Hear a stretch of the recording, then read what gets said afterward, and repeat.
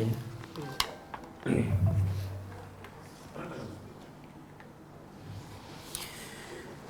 Assalamualaikum warahmatullahi wabarakatuh. Innal hamdalillah nahmaduhu wa nasta'inuhu wa nastahdihi wa nastaghfiruh wa na'udzu billahi min shururi anfusina wa min sayyiati a'malina. Man yahdihillahu fala mudilla lahu wa man yudlilhu fala hadiya lahu. Asyhadu an la ilaha illallah wahdahu la syarika lah wa asyhadu anna Muhammadan abduhu wa rasuluh. Ya ayyuhalladzina amanu taqullaha wa qulu qawlan sadida yuslih lakum a'malakum wa yaghfir lakum dhunubakum wa man yuti'illaha wa rasulahu faqad faza fawzan 'azima. Alhamdulillahilladzi bi ni'matihi tatimmu as-salihat. Rabbana atina min ladunka rahmatan wa hayyi' lana min amrina rasyada. Alhamdulillah, syukur pada Allah Azza wa Jal kerana dengan rahmat dan juga limpah kurnia yang Allah Ta'ala berikan dapat kita bersama pada pagi ini dalam sambungan bacaan pelik dan ganjil dalam salat. Kita insya-Allah pada pagi ini kita akan masuk bab yang kedua. Bab yang kedua iaitu berkaitan dengan bacaan suratul Fatihah yang merupakan salah satu daripada rukun salat. Jadi kita tengok mukaddimah pada muka surat 34. Penulis dia sebutkan beberapa perkara penting pada mukaddimah ni. Untuk bab yang kedua ni kita akan tengok tafsiran yang dibawa oleh penulis berkenaan dengan 7 ayat daripada surah Al-Fatihah. Secara umumnya dia tak ada apa yang pelik dan ganjil lah untuk bab yang kedua ni, sebab memang surah Al-Fatihah ni adalah surah yang diketahui oleh semua orang Islam. Bahkan ianya menjadi kadar paling minimum bagi seorang Muslim hafalan dia daripada Quran. Dia tak nak hafal daripada benda lain tak apa pada Quran, tapi dia kena hafal juga suratul Fatihah.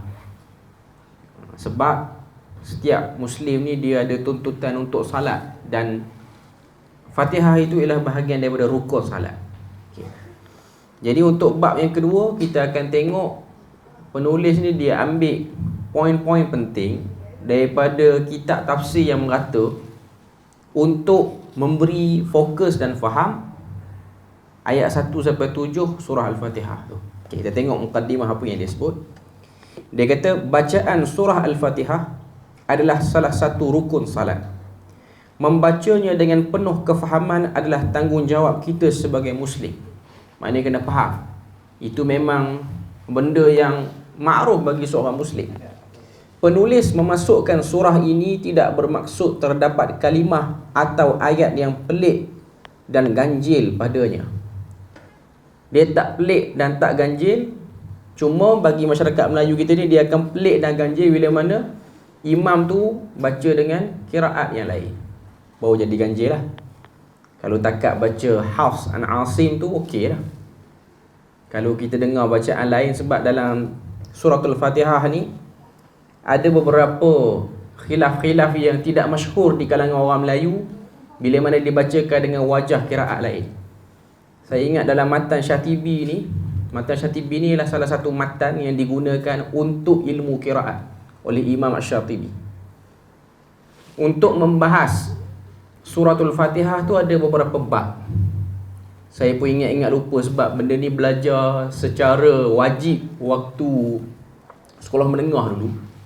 Sebab waktu ambil persijilan tahfiz ni kita wajib ambil subjek tu. Tapi kita tidak mengkhususkan diri untuk sambung bidang tu lah.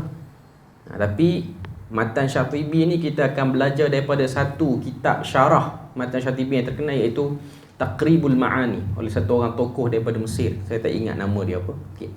Cuma dia ada babul isti'adzah wal basmalah, bab berkaitan dengan bacaan isti'adzah, a'udzubillah, dengan bismillah.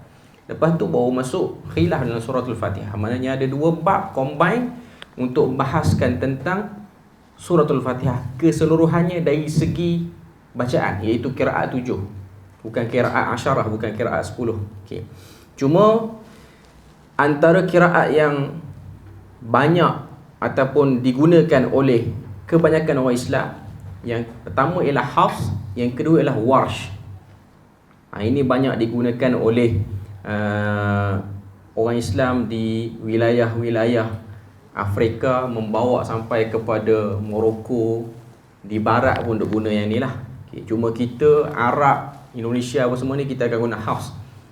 Untuk Warsh ni tak banyak sangat bunyi pelik, melainkan dia banyak mat dia agak panjang. Sebab orang yang baca dengan qiraat Warsh ni kebanyakan mat dia ialah maddul mushbih, iaitu 6 harakat. Dia ambil yang paling maksimum. Mat asli dia pun panjang. Itu bacaan qiraat. Kecuali qiraat Khalaf, Khallat, yang ni dia ada beza bunyi sikit lah. Okay, jadi yang peliknya ialah di situ. Cuma bagi seorang imam, dia nak baca dengan qiraat di tempat kita, dia kena maklum dulu. Dia jangan naik-naik tu terus baca qiraat. Takut orang yang tak belajar dan tak tahu, dia rasa salat dia tak sah dengan sebab bunyi bacaan Fatihah tu lain. Antaranya ialah tidak mengisbatkan alif pada bacaan Maliki Yaumiddin. Kita baca Maliki Yaumiddin, isbat alif. Setengah qiraat tak ada, tak isbat alif di situ. Maliki Yaumiddin baca dengan pendek. Dan waladhdallin dibaca dengan waladhdallin pun ada. Siratal ladzina an'amta alaihim, sebahagian qiraat baca dengan siratal ladzina an'amta alaihum pun ada. Jadi itu antara khilaf-khilaf yang saya ingat-ingat lupa lah dulu lah. Jadi imam-imam ni dia kena bagi tahulah supaya orang tak rasa macam dia tengah buat lahan jali ke tu, dia tengah buat kesalahan bacaan yang fatal ke, bukan. Melainkan dia satu orang yang alim dalam qiraat. Cuma saya nak katanya bidang qiraat ni tak ramai. Khususnya orang-orang sunnah dia tak ramai. Guru-guru sunnah pun tak ramai menguasai bab. Saya menyuarakan benda ni pada satu orang tokoh yang ada datang ke Perlis baru ni, iaitu Profesor Dr. Khairul Anwar, pensyarah di USIM sekarang. Dia ni adik kepada Dr. Zulkifli Al-Bakri, Khairul Anwar Muhammad Al-Bakri. Dia ni antara generasi awal di Terengganu yang belajar di Ma'had Tahfiz Al-Quran Negeri Terengganu, sekolah saya dululah. Tapi zaman saya dia tak panggil Ma'had, dia panggil Institut Al-Quran Terengganu. Sekarang dah jadi College Al-Quran Terengganu. Ni antara tempat yang melahirkan ramai penghafal Al-Quran di negeri Terengganu. Tokoh-tokoh yang ramai lah, dia salah seorang antaranya. Dia asaskan oleh mantan imam Masjid Negara. Saya tak ingat apa nama. Tan Sri Ismail, orang Dungun, Terengganu lah. Okay. Cuma nak katanya, cara untuk melahirkan pakar qiraat memang kena ada satu pusat pengajian yang didanai khusus oleh kerajaan negeri. Macam Penang ni kita ada Ma'had Tahfiz bawah negeri. Di Perlis dia tak ada yang tu. Jadi bila tak ada yang tu, kepakaran kita kurang dalam bab tu. Hatta di Jordan dulu pun tak ramai. Syekh-syekh kebanyakannya alim dalam bidang hadis. Untuk qiraat ni dia kurang. Sebab bidang qiraat dia tak adventure, tak bergaduh dengan orang ramai. Dia qiraat tak bergaduh sangat dengan orang. Bidang hadis ni dia banyak sikit bergaduh dengan orang.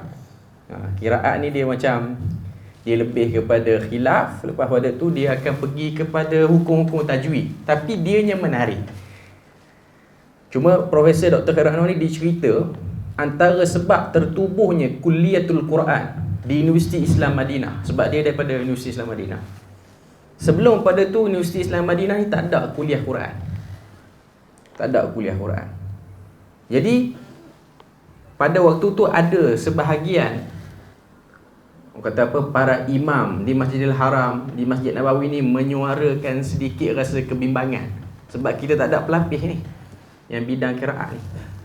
Lalu dia ambil tokoh daripada Mesir, satu orang, saya tak ingat nama syekh tu apa, untuk menjadi perintis awal tertubuhnya kuliah Quran. Cuma idea tu belum datang lagi, belum naik lagi kepada rektor. Rektor pada waktu tu ialah mufti Saudi, iaitu Bin Baz sendiri, rektor Universiti Islam Madinah. Okay. Yang jadi tertubuhnya kuliah Quran tu ketika mana syekh daripada Mesir tu dia datang, dia baca Quran, dan majlis tu dihadiri oleh mufti Saudi pada waktu tu, iaitu bin Baz. Dia telah baca Al-Quran dengan qiraat Hamzah. Dia dalam mata Syatibi tu dia ada. Di sisi Imam Hamzah, bila mana kita habis satu surah, nak sambung ke surah seterusnya, tak perlu bismillah, pandangan dia. Macam kita yang tak perlu bismillah ni, surah Taubah saja. Yang lain kena bismillah. Okay. Jadi dia, bin Baz ni kan dia buta kan. Dia tegur qari daripada Mesir tu. Dia kata tu basmil ya bni, baca bismillah situ. Qari tu baca. Habis tu baru dia beritahu. Dia beritahu, dia kata dalam qiraat Hamzah tidak dimulai dengan bismillah bila mana kita nak sambung antara dua surah. Tak ada. Jadi bin Baz baru tahu benda tu ada dalam qiraat. Nak katanya keperluan tu sangat mendesak pada waktu tu. Bin Baz tu bukan kita nak kata bin Baz tu tak reti, cuma sebab dia orang kata apa, ilmu yang tak menjadi buah mulut orang. Sebab orang baca Quran pada waktu tu orang pegang pada hafz semata-mata. Jadi orang tak timbul sangat isu. Macam orang baca hadis palsu, dia ada keperluan yang mendesak. Jadi orang pun ramai kata apa, masuk ke bidang tu. Okay, jadi dia pun ambil peluang, jadikan syekh tu sebagai rintis awal nak buka. Jadi syekh tu dia duduk di Madinah sehinggalah dia rasa kosong di Madinah. Biasa orang duduk Madinah ni sedap, dia rasa bosan. Sebab tokoh-tokoh yang datang tanya dia ni, tanya hukum mi mati macam mana? Nun. Jadi dia macam lekeh sebab dia ni belajar qiraat tinggi. Dia tak pandang mi mati, nun mati. Okay. Akhirnya dia pergi tahu dekat bin Baz dia nak balik. Tak nak duduk dah di Madinah, nak duduk ke Mesir. Sebab Mesir dia lagi advance qiraat ni. Sehinggalah diarahkan satu orang dekan ni, ataupun orang yang duduk dalam pengurusan Universiti Madinah ni, kembangkan bidang dia tu. Panggil lagi 2-3 orang qari, tokoh-tokoh lain, supaya dia ada perbincangan yang lebih teknikal lagi isu ni. Sehinggalah kuliah Quran tertubuh. Baru dia ada kesan. Sebab tu sampai kali ni kita tengok, hatta orang Malaysia yang belajar di Madinah pun tak ramai yang ambil kuliah Quran ni. Di Madinah baik ataupun di Ummul Qura pun baik. Cuma di Terengganu ni biasanya akan ambil ialah student daripada Mahat Tahfiz. Sebab syarat kemasukan ialah kita kena hafiz 30 juzuk dulu. Syarat kemasukan dia. Okay. Dan exam dia daripada tahun 1 sampai tahun 4 30 juzuk tiap-tiap semester, tiap-tiap semester. Dan dia ada kelebihan dia ialah dia punya allowance bulanan mahal sikit berbanding orang kuliah lain. Itu bentuk memuliakan ahli Quran. Ada satu orang ustaz saya jugalah yang mengajar, sekarang dia dah kerja pejabat agama, Ustaz Rudaini ni. Dia antara orang Malaysia yang duduk dalam kuliah Quran, dan dia antara yang kata apa, cemerlang lah dalam bidang tu. Antara kemuliaan yang diberi ialah dia banyak kali boleh menyertai proses membersih Kaabah sebagai kemuliaan. Daripada zaman Malik Fahad pergi kepada Malik Abdullah, dia akan fokus kepada student-student kuliah Quran untuk sama-sama dalam proses. Sebab yang proses basuh Kaabah ni ialah pemimpin negara je. Jadi antara kemuliaan ahli Quran ialah dia boleh masuk sekali lah. Yang bidang lain, kuliah hadis pun tak dapat yang tu. Cuma saya nak katanya bidang Quran ni memang kurang. Kalau di Malaysia ni memang tak dipelopori sangat oleh orang-orang yang terkedepan dalam sunnah ni, dia kurang nampak. Ni itu benda yang kita kena sedar lah. Dan saya rasa saya ada suarakan benda tu. Memang dia kata tak ada cara lain, kena buat satu Mahat Tahfiz bawah kerajaan negeri, didanai, dibawa pakar-pakar. Lepas tu dia akan mula ada ekosistem dia. Dia akan ada contoh majlis hafazan negeri, okay, student-student sini. Bulan Ramadan dia akan ambil imam-imam sini. Setakat ni KUIP ada, tapi KUIP ni pembelajaran universiti, dia kena sekolah menengah. Sebab universiti ni dia banyak bidang, dia fikir dia boleh berjalan ke lain. Sekolah menengah ni dia kena tahan duduk situ lah, tak boleh keluar. Dia lebih berfokus. Cuma seronok lah belajar bidang qiraat ni, seronok. Sebab apa seronok saya kata? Sebab dia tak bergaduh dengan orang.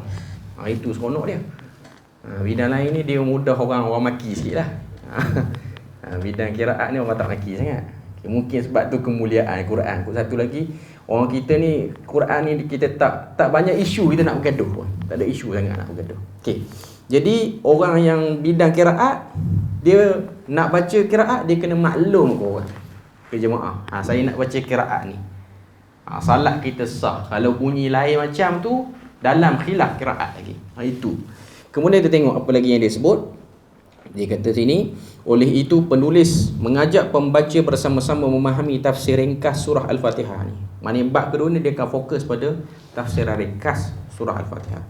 Tafsir ringkas surah Al-Fatihah muka surat 34. Dinamakan Al-Fatihah, iaitu pembuka, kerana kedudukannya sebagai pembuka bagi Al-Quran. Surah ini mengandungi 7 ayat dan diturunkan di Mekah. Surah ini juga mempunyai banyak nama, antaranya Ummul Kitab, Ummul Quran, Asy-Syafi. Asy-Syafi ni maksudnya ialah penyembuh dan sebagainya.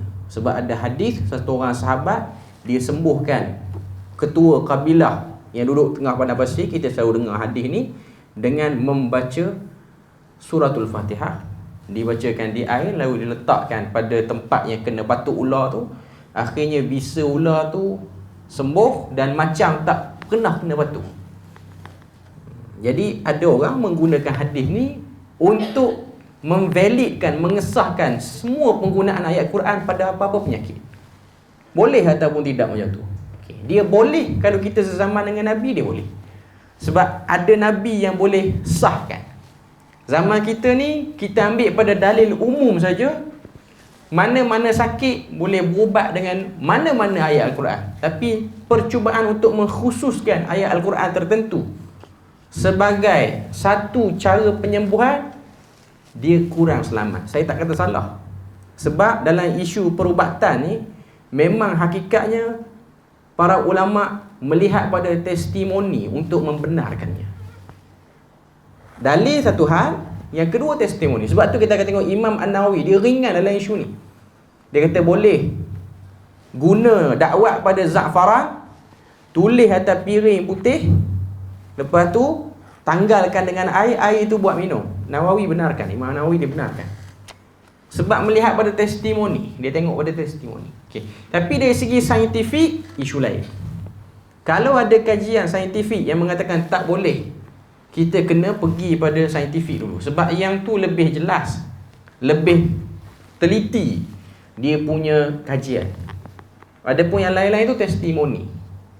Contoh baca ayat ni lega, dia bengkak apa surut, bengkak dia. Untuk diri dia valid, tapi untuk dia kata mana-mana orang bengkak pun pakai yang ni, tak boleh lagi. Untuk diri dia mungkin jadi. Tu testimoni individu. Dia macam isu mimpi jumpa apa-apa, hatta mimpi jumpa Nabi pun bagi tahu ubat kepada sakit sekian ni ini. Tak boleh nak promote orang. Sebab tu ada satu kitab yang membahaskan tentang mimpi jumpa Nabi, Nabi beri sesuatu, dia ambil benda dalam mimpi tu jadi. Contoh ada satu orang tokoh ulama di India, Allah Ta'ala uji dia dengan sakit kulit. Dia mimpi jumpa Nabi. Sebelum pada tu dia berdoa pada Allah Ta'ala. Dia dah buat macam-macam ikhtiar, tak jalan. Dia mimpi jumpa Nabi. Dalam mimpi tu, Nabi telah tarik satu papan, macam papan hitam ataupun papan putih. Nabi tulis kepada dia satu perkataan dalam bahasa Urdu, sebab dia ulama pada Pakistan. Perkataan tu bermaksud labu air dalam bahasa kita. Loki maksudnya labu air. Dia makan labu air, hilang sakit kulit dia. Jadi, tapi untuk diri dia, dia tak boleh kata lepas pada ni tak payah pergi dah klinik pakar kulit, dermatologis semua tak perlu. Kita balas labu air je. Ada orang makan labu air hilang sakit kulit, naik sakit urat pula. Ikutlah sebab labu air ni kan dia sejuk sikit kan. Jadi ada orang dia rasa itu kapasiti peribadi boleh. Itu dia panggil testimoni. Okay. Tapi nak kata pasti cara ni je, cara lain tak boleh. Samalah macam orang yang bertegas, apa sakit pun kita kena bekam. Masih perlukan kepada penjelasan lagi. Maknanya kalau lah orang tu dia okey dengan bekam, okey bagi dia. Ada orang dia tak okey. Ini bab yang kita kena faham. Sebab semua dia sebenarnya untuk isu ni, isu perubatan secara alternatif ni, masih belum ada kata putus. Hatta dalam fatwa negeri ataupun di peringkat JAKIM pun ada panduan. Tapi dari segi mesyuarat fatwa kebangsaan, mesyuarat negeri, macam saya terlibat yang mesyuarat panel syariah Jabatan Mufti, kita belum ada kata putus lagi untuk perubatan alternatif ni. Orang yang boleh ru'yah macam mana, sebab dia benda susah, dia bergantung. Sebab kita tahu penyakit ni dia disembuhkan dengan dua. Satu, izin Tuhan dengan cara tak masuk akal. Sepatutnya dia tak sembuh dengan cara ni, tapi dia sembuh. Itu kapasiti diri dia. Yang kedua ialah dengan kajian klinikal. Ubat, bahan, campur apa semua dengan kajian. Dia contoh macam orang orang sakit buah pinggang. Orang sakit buah pinggang, bila mana buah pinggang dia tak berfungsi, dia kena dialisis. Bolehlah dia baca surah Al-Fatihah, boleh. Nak baca dekat air ikhtiar dia, boleh juga. Dia pergi dekat jumpa pakar, pakar kata tak ada cara lain, kena dialisis. 2 minggu kena datang tempat ni untuk cuci balik. Di Malaysia pun macam tu, Indonesia macam tu, India macam tu, US, UK semua cara tu. Okay. Yang bomoh dok guna ni dia lain. Bomoh Siam lain, bomoh Melayu lain, bomoh Mak Saleh lain. Kalau doktor semua pakat kata dialisis lah cara dia. Agama apa, bangsa apa, negara apa pun. Sebab tu kajian yang klinikal kita terima. Sebab dia sama pattern dia.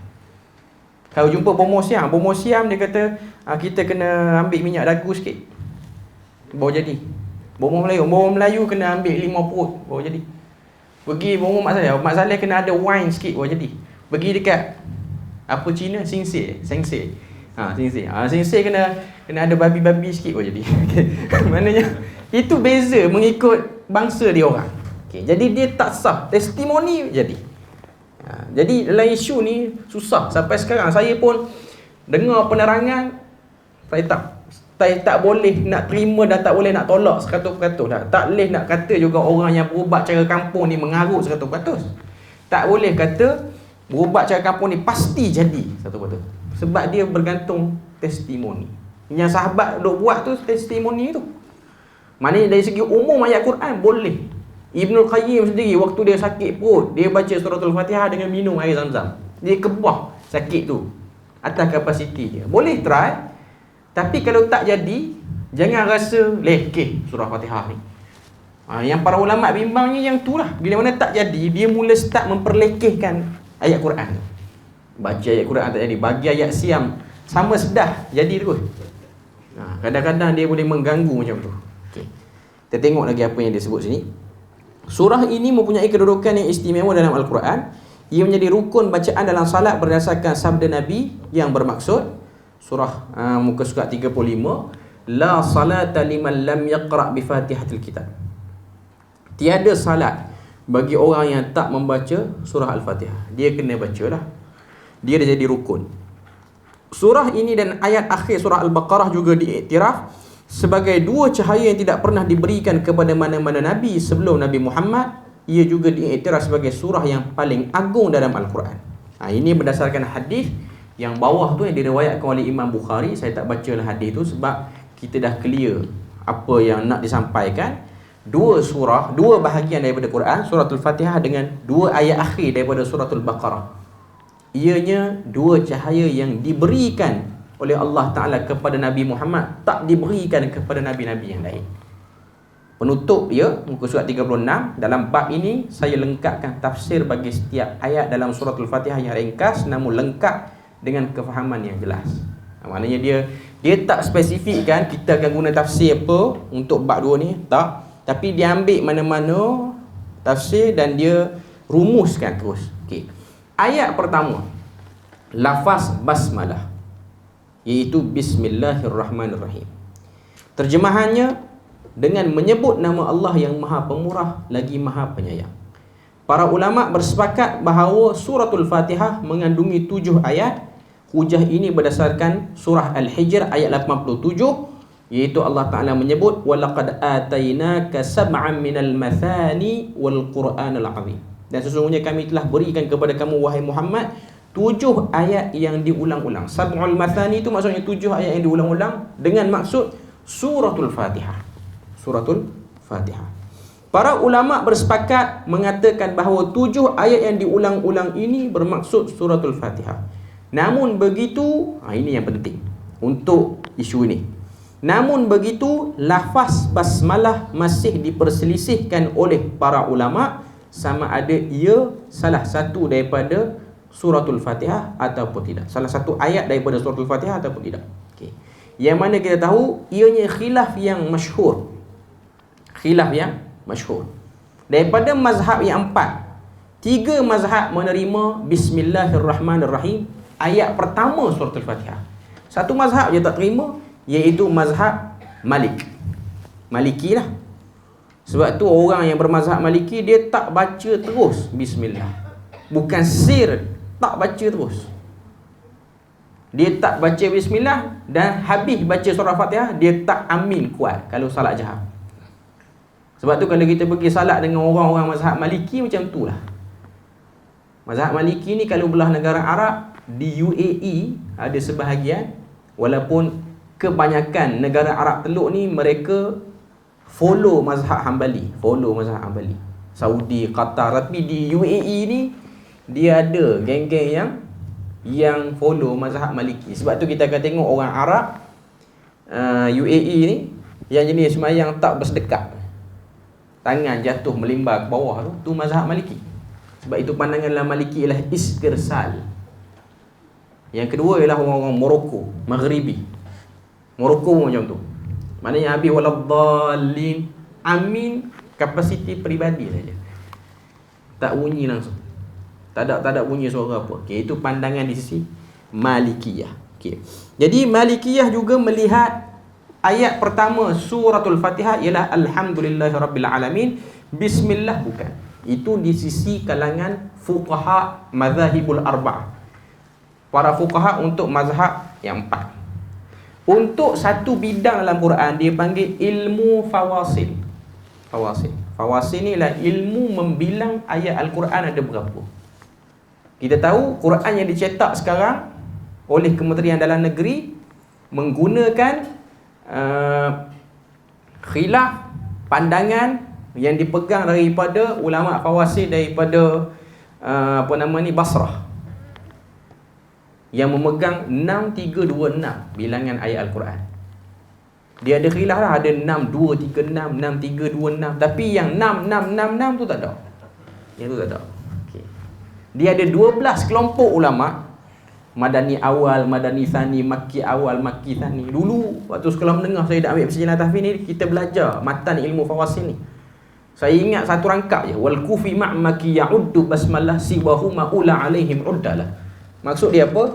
Kufah dan Mekah. Wal kufi ma'maki ya'uddu basmalah. Kufah dan ulama di Mekah membilang basmalah ayat pertama surah Fatihah. Siwahuma ula alaihim uddalah. Selain pada dua ni, Kufah dengan Madani awal, dengan Makki awal. Sebab Makki ni ada Makki awal, Makki thani. Maknanya ulama yang mutaakhir dengan mutaqaddimin. Yang Kufi Ma'maki ni, Makki awal, dia melihat Bismillah itu ayat pertama. Ada 12 kelompok ulama ni, 10 lagi menolak ianya daripada surah Fatihah. Bukan surah Fatihah. Dia ialah ayat yang asing, bukan daripada suratul Fatihah. Okay. Jadi itu dipanggil khilaf di sisi ulama fawasil. Bukan fasilah, fawasil. Fawasil ni ialah ilmu bilang ayat Quran. Bidang ni pun ataupun isu pengajian ni pun orang tak berapa angkat sangat. Di masjid-masjid pun orang tak buka sangat lah. Dia duduk dalam ulum Quran. Cuma untuk orang yang duduk dalam Quran ni memang dia tahulah ia satu cabang. Dia bukan ilmu qiraat. Ilmu membilang kat mana nak kena letak nombor ayat tu dalam Quran ni. Sebab setengah-setengah cetakan Quran Bismillah tu kosong, tak ada nombor apa.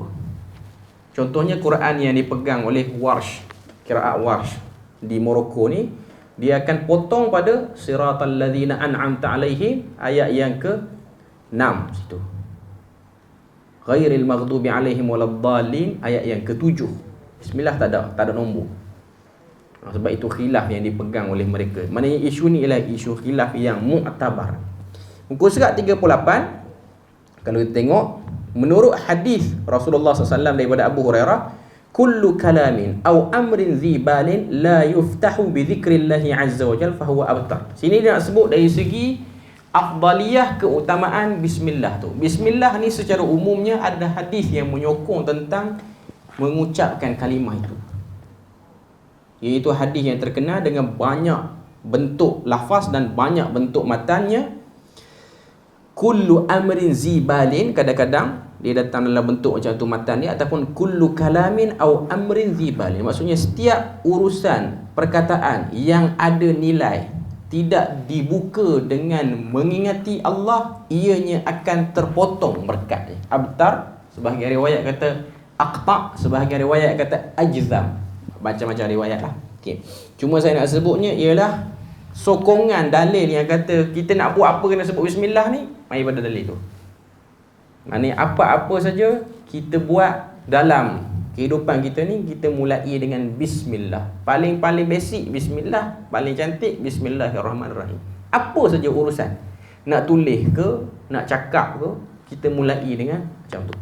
Dalam banyak hadis, baginda selalu memulakan urusannya dengan lafaz basmalah. Contohnya sewaktu memeterai perjanjian dengan pihak kafir Quraisy di Hudaibiyah, mengubati sebarang penyakit, mengutus pasukan tentera untuk urusan jihad, sebelum menyembelih sembelihan dan sebagainya, Nabi akan buat dengan sebut bismillah. Cuma untuk isu perjanjian Hudaibiyah ni kita kena tanda sikit. Nabi mula-mula nak buat perjanjian Hudaibiyah tu, Nabi suruh Ali bin Abi Talib tulis bismillahirrahmanirrahim. Wakil Quraisy Suhail bin Amr, dia kata la na'rifu ar-rabb ismuhur rahman ar-rahim, kami tak pernah tahu Tuhan yang nama ar-rahman ar-rahim. Tak nak tulis ar-rahman ar-rahim.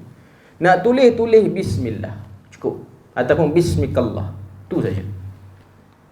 Jadi Nabi ni akur permintaan Suhail, walaupun nampak macam orang kata apa, tunduk sangat pada Quraisy. Sebab Nabi melihat tunduk yang ni dia buka jalan yang lebih luas. Sebab Nabi nak berlakunya gencatan senjata pada waktu tu. Tu saja yang Nabi nak. Permusuhan tak berlaku, walaupun akhirnya dia orang berpaling tadah, dia orang langgar perjanjian tu. Cuma Nabi lihat, kalau kita tunduk, kita punya dakwah boleh melepasi jazirah Arab ni. Bukan setakat semenanjung tanah Arab ni. Surat kita boleh sampai ke Syam, boleh sampai ke Yaman, boleh sampai ke Habsyah, boleh sampai. Jadi Nabi tak kisah sangat. Sebab tu ada sebahagian sahabat dia macam tak faham benda ni dan tak nampak. Jadi dia orang rasa macam Nabi ni tunduk kepada kebatilan, sehingga Umar dia macam protes. Ali pun dia tak nak padam Ar-Rahman Ar-Rahim tu. Dia kata melampau ni dah melampau ni. Akhirnya Nabi suruh Ali tunjukkan mana perkataan Ar-Rahman, mana perkataan Ar-Rahim. Nabi sendiri yang padam perkataan itu. Nabi sendiri yang padam. Cuma nak katanya Nabi suka memulai apa-apa saja dengan bismillah. Itu je poin dia. Okay. Selain itu, beberapa Nabi sebelum Nabi Muhammad juga menggunakan lafaz ini, iaitu Nabi Nuh ketika mana memulakan pelayaran bahteranya dalam surah Hud ayat 41. Allah Ta'ala sebut, وَقَالَ ارْكَبُوا فِيهَا بِسْمِ اللَّهِ مَجْرِيهَا وَمُرْسَاهَا إِنَّ رَبِّي لَغَفُورٌ رَحِيمٌ.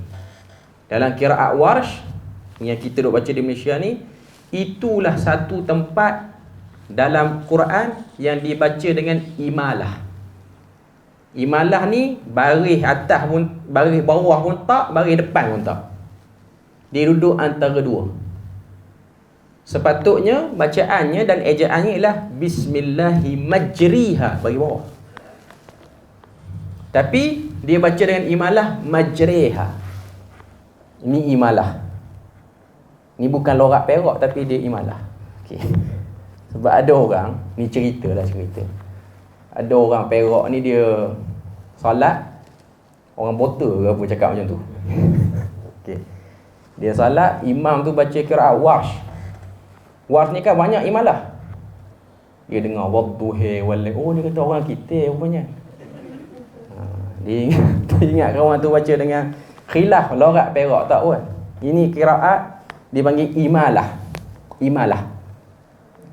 Tapi sebenarnya saya tengok lorak Kelantan lagi banyak imalah ni.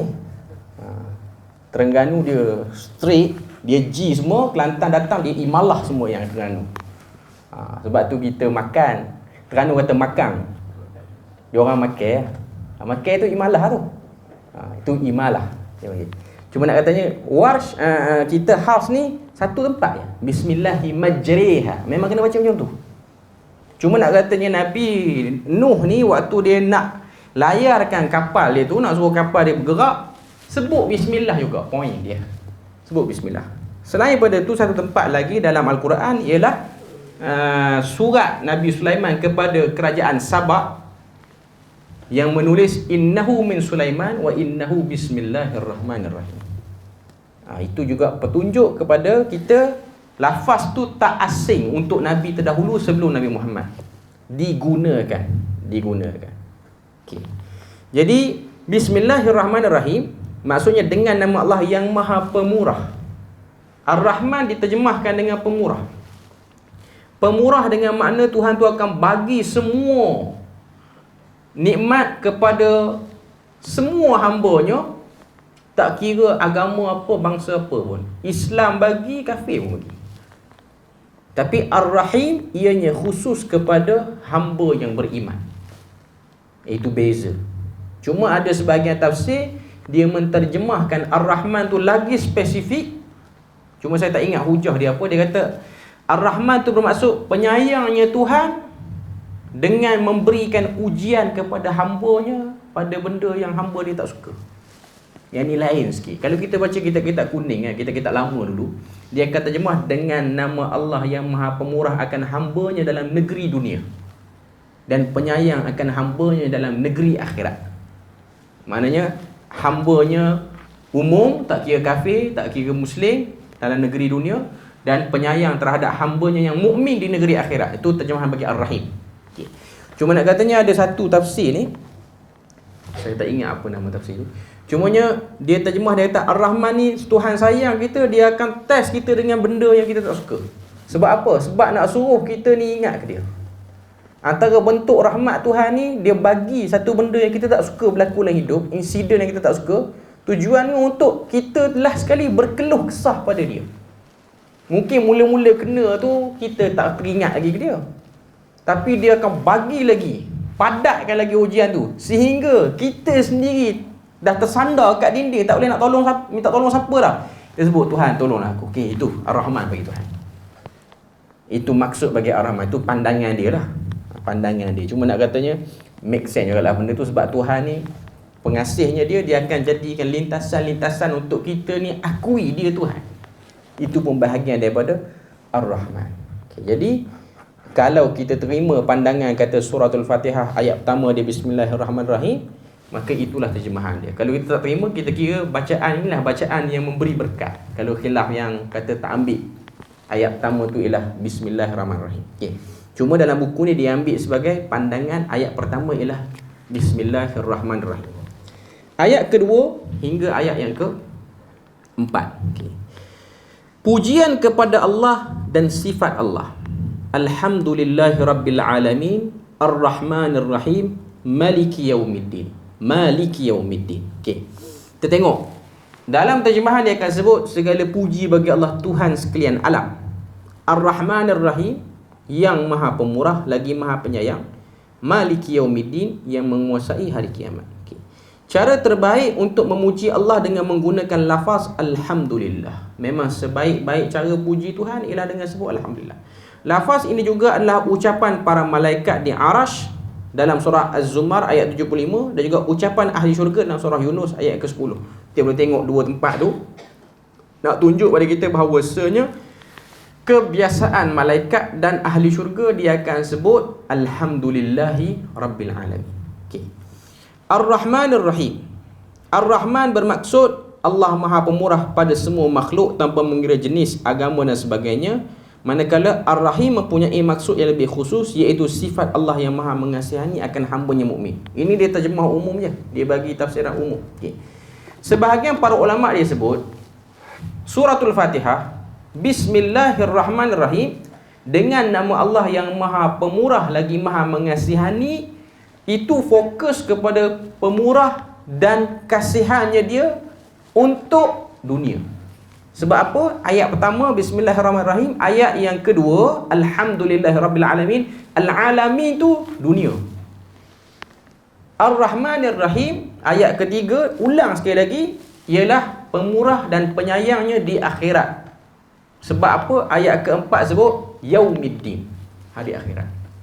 Jadi ada sebahagian para ulama, dia kata tak, Ar-Rahman Ar-Rahim dalam Bismillah tu bukan maksud Ar-Rahman dunia, Ar-Rahim akhirat, tak.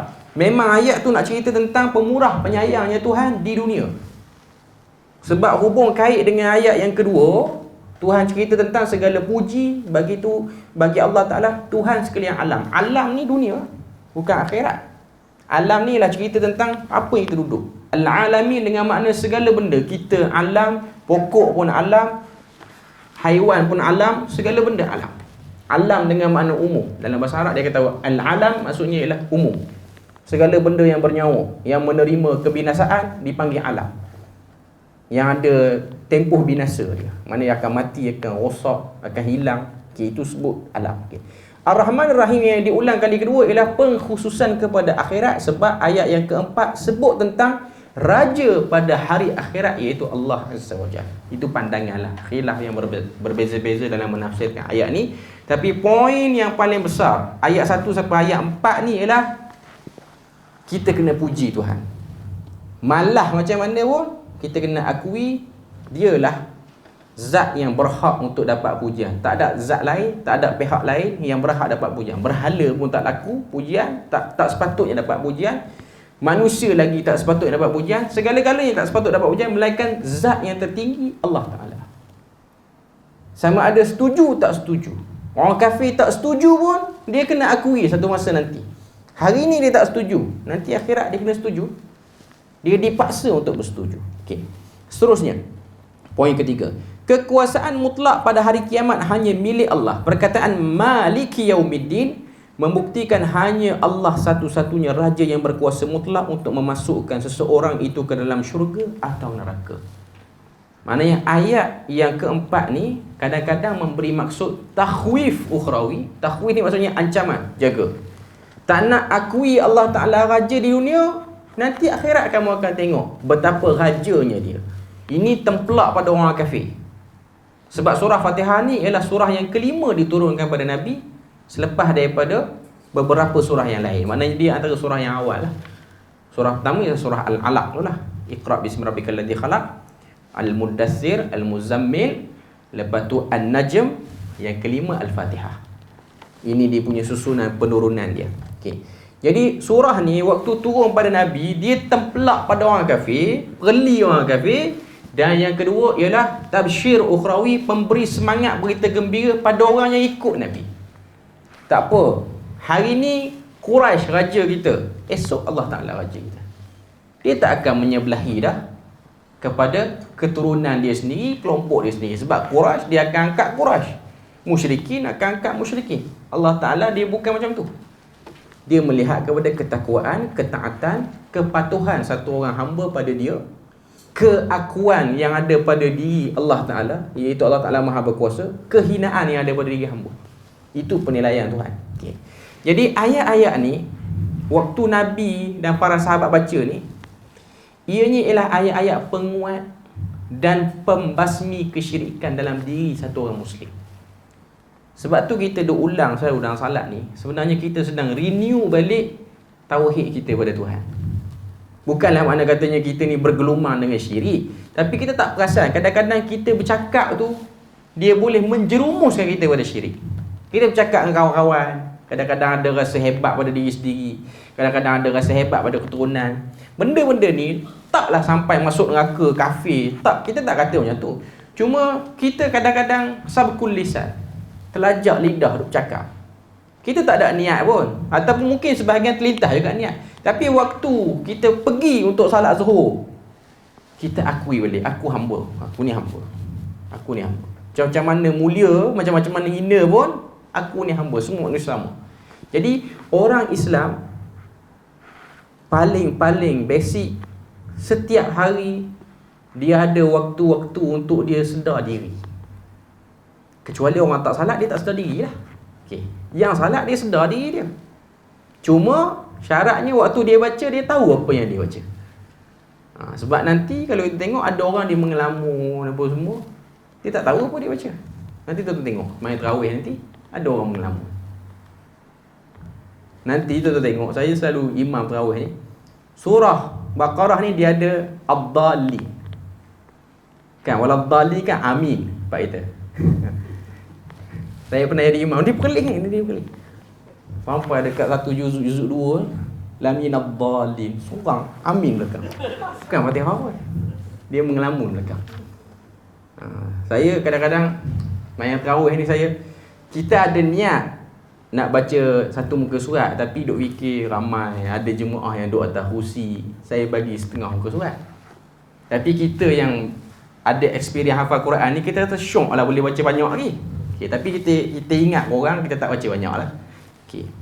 Jadi orang kata apa? Dalam baca bagi orang yang hafal Quran, setengah muka surat ni dalam 6 ke 7 baris. Sebab satu muka surat tu 15 baris cetakan Quran kita ni. Okey. Dia ialah had yang sangat minimum. Sikit lah kita kira, sangat sikit. Ada setengah-setengah imam tarawih ni satu muka surat bagi 4. Sikit, sangat sikit tu. Satu rakaat, satu ayat, 2 ayat. Orang tak habis baca Fatihah pun. Kena dia press laju malam tu. Sebab air mineral tak cukup. Okay. Air mineral tak cukup, jadi baca laju je. Okay. Cuma nak katanya setengah muka surat tu dia minimum lah. Minimum. Sebab tu saya suka kalau kita buat salat tarawih, kalau ada tazkirah, imam ataupun orang yang tazkirah tu, dia tazkirah benda yang dibaca dalam Quran, dalam qiyam tu. Contoh dah buat 4 rakaat, okay, dia tazkirah tu dia sebut tadi imam baca ini. Lepas pada tu nanti imam akan sambung pula lagi beberapa muka surat, dia pun terus cerita sikit, teaser awal, supaya jemaah ni boleh nampak kita sedang berada pada ayat mana, bahagian mana. Kalau di Kelantan, Madinah Ramadan ni, saya pernah dijemput sebelum datang Perlis ni untuk bagi tazkirah antara salat tarawih lah. Okay. Memang dia tak akan bagi tajuk lain, melainkan dia dah bagi. Okay, imam akan baca muka surat ni. Tujuan dia apa? Kuliah ataupun tazkirah tu sebut yang dalam tu je. Jangan sebut luar. Dulu lah masa pengurusan dulu, tapi pengurusan yang sejak akhir-akhir ni dia macam dah mengarut dah. Dah bagi amalan tak ketahuan ala dah pun. Okey, cuma yang dulu yang awal-awal mula diperkenalkan Madinah Ramadan ni, dia follow the point tu lah. Okey, follow the point tu. Maknanya dia nak mengikat masyarakat tu dengan Quran. Itu antara idea yang terbaik lah. Maknanya kalau tuan-tuan ada plan nak buat salat tarawih ni, pentazkirah tu bagi dia stick dengan bacaan tu je. Dengan apa yang kalau dia tak jadi imam pun bagi tahu dia imam baca yang ni. Imam tu sendiri kena main peranan lah. Maknanya kita kena briefing bagi dia clear. Sebab kadang-kadang orang yang nak tazkirah ni pun dia pening duk cari tajuk apa. Last sekali daripada 1 Ramadan sampai ke 30 Ramadan duk mangsama Ramadan iman wa ihtisaban. Duk ulang hadis tu je. Kita pun jadi bosan kadang-kadang. Bukan kata hadis tu lekeh, cuma nak katanya kadang-kadang asal mari hadis ni, buka radio pun hadis ni, dia mari sini pun hadis ni. Okay, jadi kalau kita buka isi Quran tu dia lain lah sikit. Maknanya dia ada satu benda yang lain sikit. Okay, itu salah satu cadangan lah supaya kita ni sentiasa dalam suasana Quran. Okay. Seterusnya kita pergi kepada ayat yang kelima. Okay. Ayat yang kelima ni ialah antara ayat yang paling utama bagi 7 ayat surah Fatihah ni. Iyyaka na'budu wa iyyaka nasta'in. Inilah kemuncak kepada penjelasan tauhid dan kemuncak kepada pengenalan kepada syirik.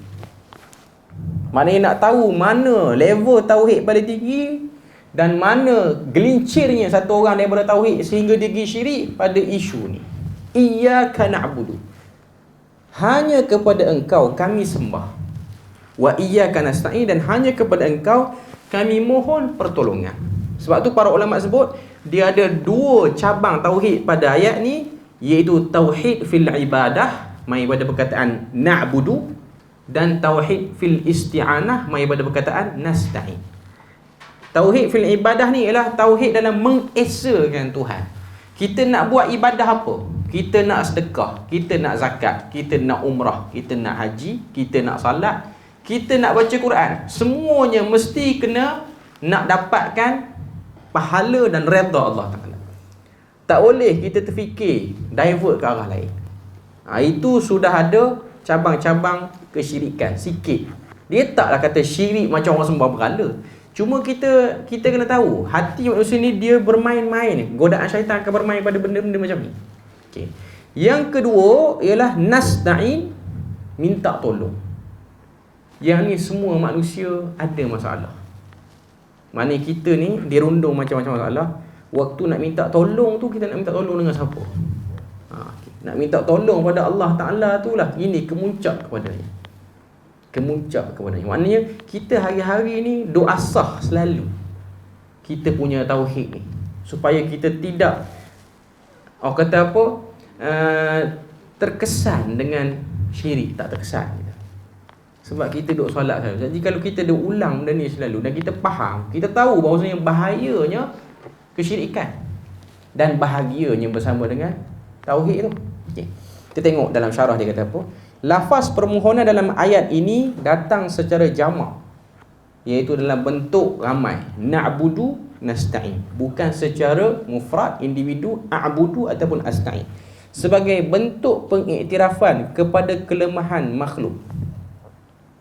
Sebab kalau kita baca surah Ar-Rahman, kita akan tengok Allah Ta'ala kata, Ya ma'syaral jinni wal insi in istata'tum an tanfudhu min aqtaris samawati wal ard la tanfudhu. Fanfudhu la tanfudhu illa bisultan. Tuhan kata, wahai sekalian jin manusia, kalau kamu berkumpul kekuatan, bergabung untuk keluar daripada langit aku dan bumi aku, try buat, tak akan dapat. Maksudnya Tuhan kata, kamu berkumpul semua sekali ni pun tak akan dapat. Sebab tu ayat ni dibaca dengan nasta'in. Kita seorang tak mampu nak lawan Tuhan, kita berkumpul daripada orang terdahulu sampai orang sekarang ataupun orang yang akan datang, tak akan mampu keluar. Maknanya betul lah kita ni lemah. Tu saja. Dia nak suruh kita mengaku kita ni lemah. Tu saja. Sebab tu dalam ibadah ni ialah menghina diri untuk mendapat perhatian Tuhan.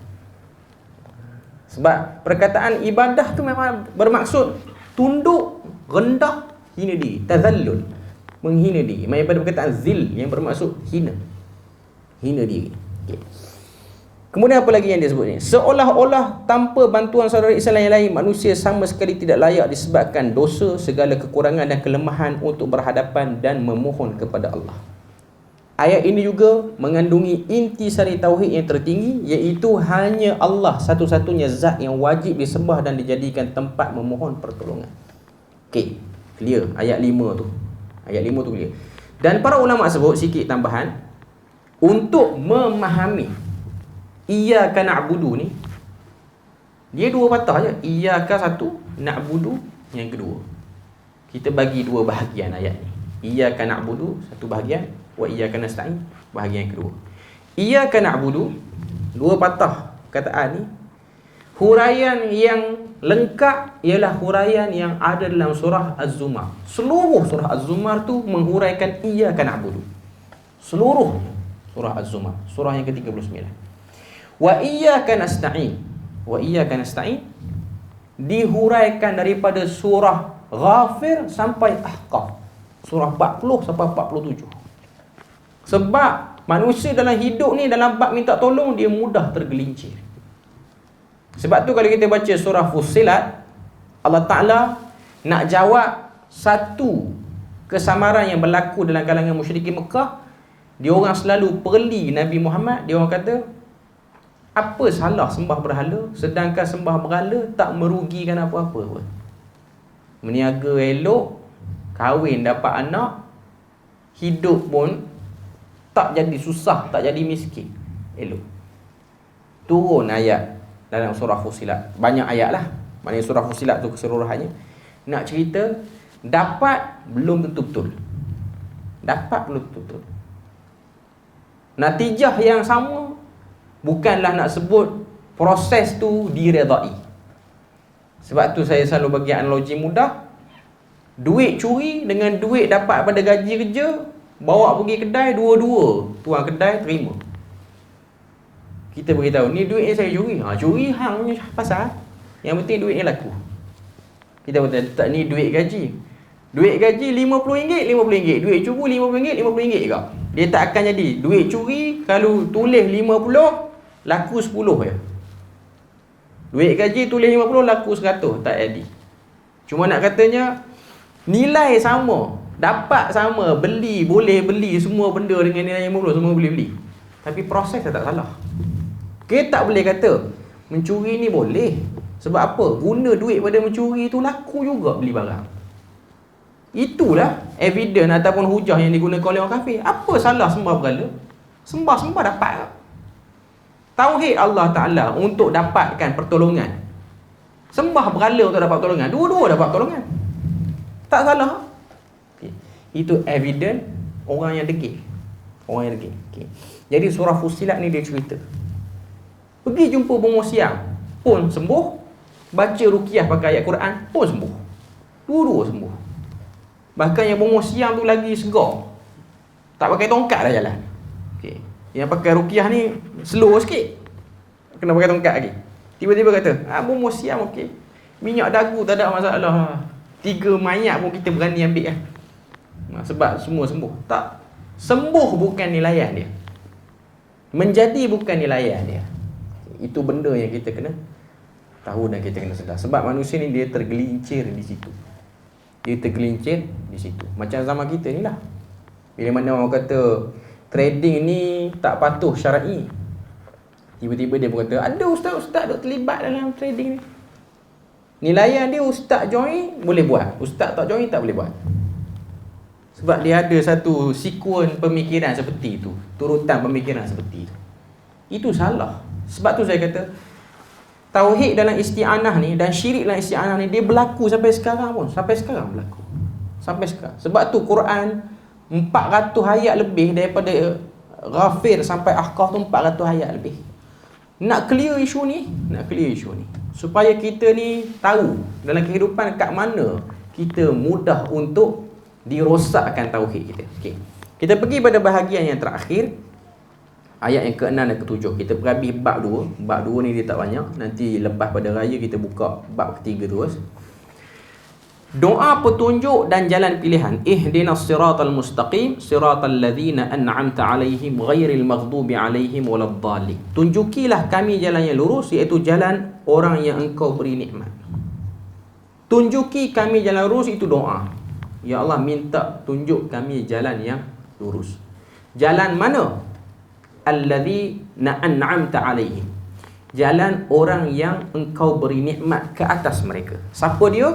Buka surah An-Nisa ayat yang 69. Allah Ta'ala sebut minan nabiyyin wasiddiqin wasyuhada'i wassalihin.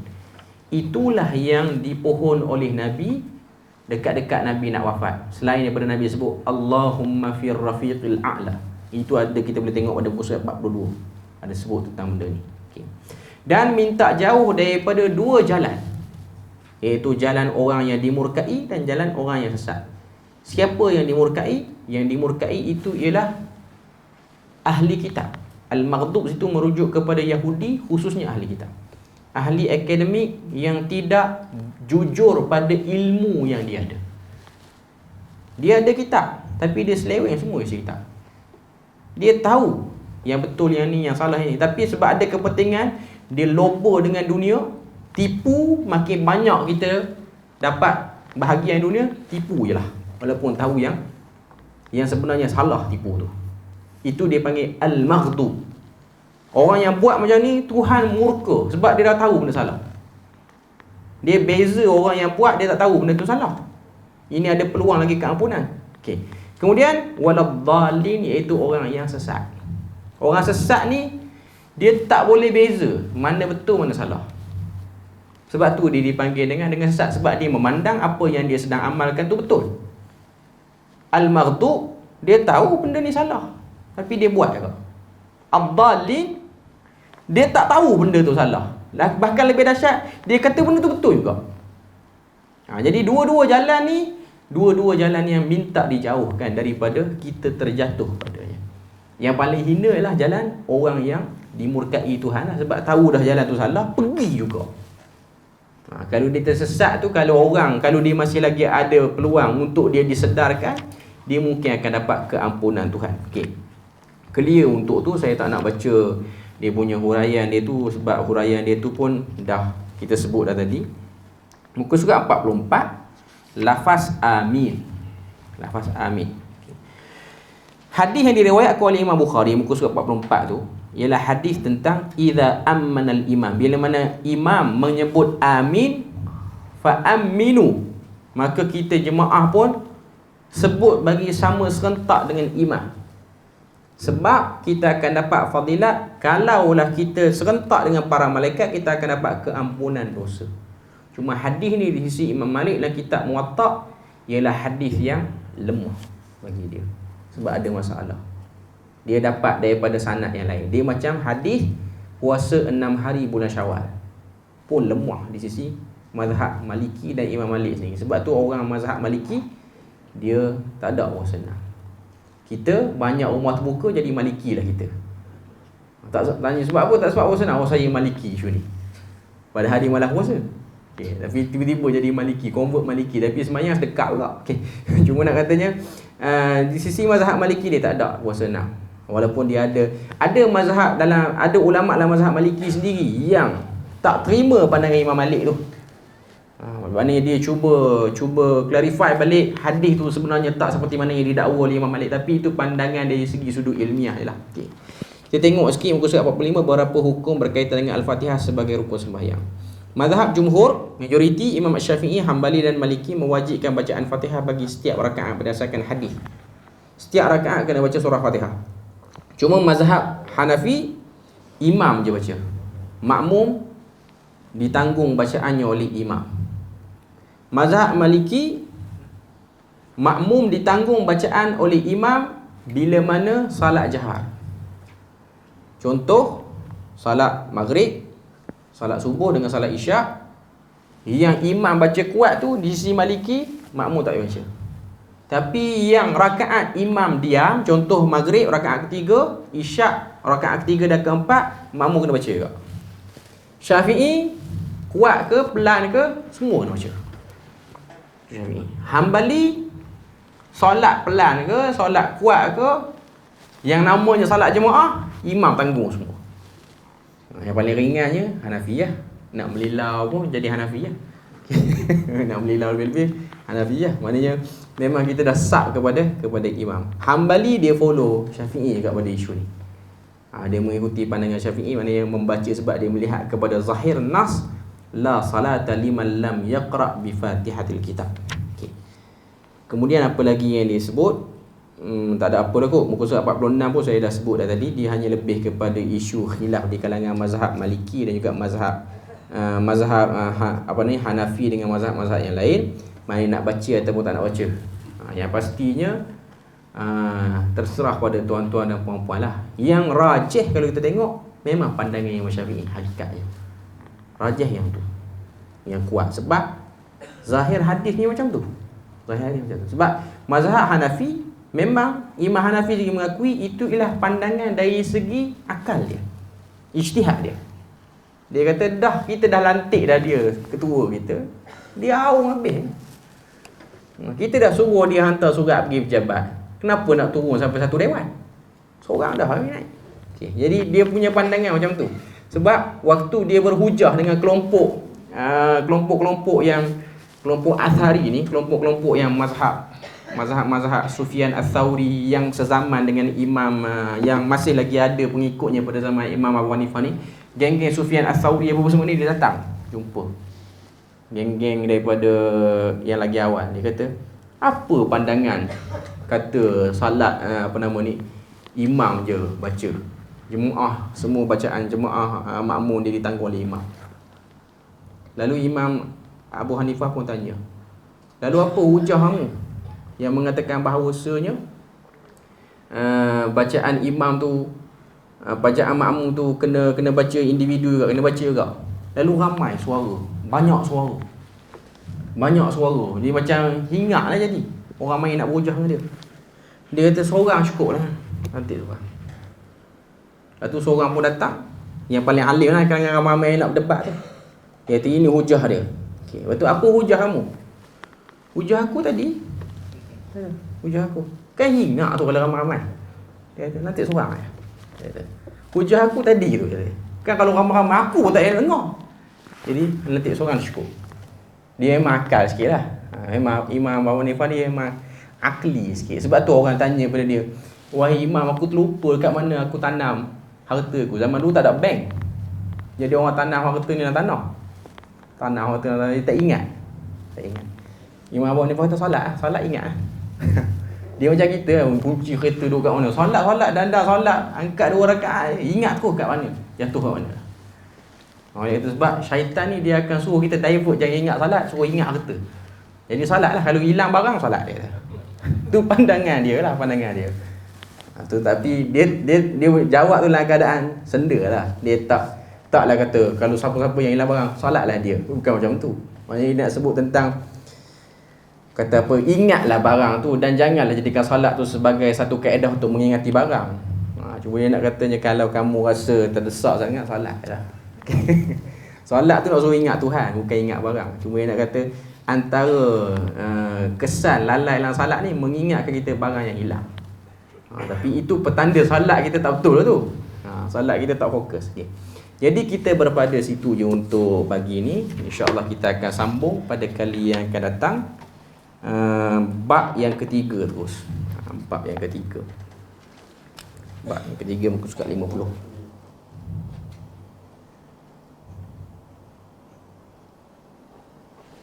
Jadi kita tangguh dulu majlis kita. Subhanakallahumma wa bihamdik, asyhadu an la ilaha illa anta wa astaghfiruka wa atubu ilaik. Wassalamualaikum warahmatullahi wabarakatuh.